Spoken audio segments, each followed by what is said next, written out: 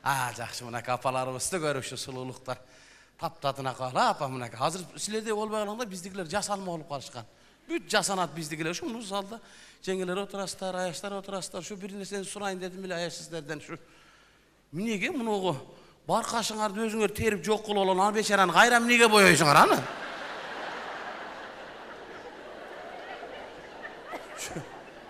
Менин наракта бир жаман көрүп атат. Кандай серип мен жулуп аткансың аны? Жок, чын онайм, аны жулбай эле койсо караят өзү турабы? Өзү жулуп жок кылып алышат да, анан кайра аны карандаш менен боёйт. Карандашты дагы сууга тийгизбейт, тилге тийгизет. Аял кишинин шилекейи жыланды өлтүрөтүмүш, тоба кылдым.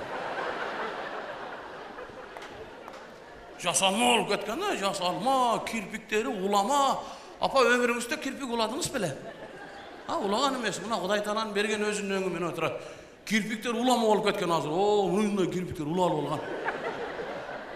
Навестин түгүндө тургандай турат да. Акыры шамалга буруп койсоң мындай болуп турат.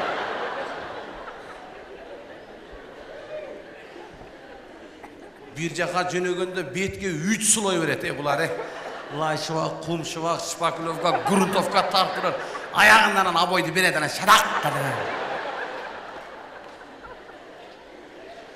Менин келинчегимде ушу кирпик улайт. Баягы барсам кирпигин чыгарып столдун үстүнө коюп койгон экен. Рахман экен мойлошуп калгам деп чочуп кеттим баягы.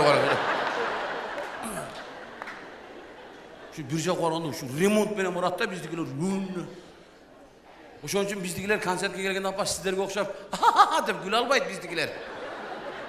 Жана үйдө жасаган ремонттун жери келгиче катып калат да.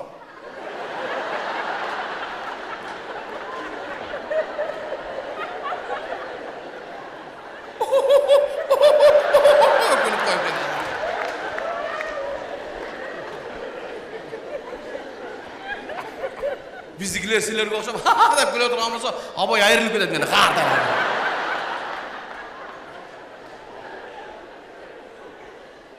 Ремонт өлөт.